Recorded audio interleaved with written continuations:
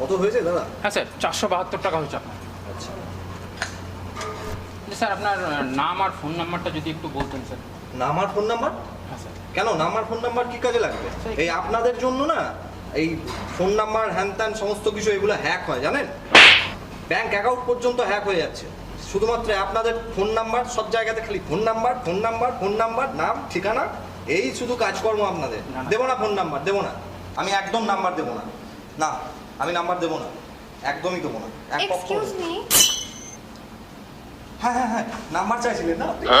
লিখুন লিখুন, নাম্বারটা লিখুন। হ্যাঁ, 7001444444। হ্যাঁ হ্যাঁ, লিখুন লিখুন।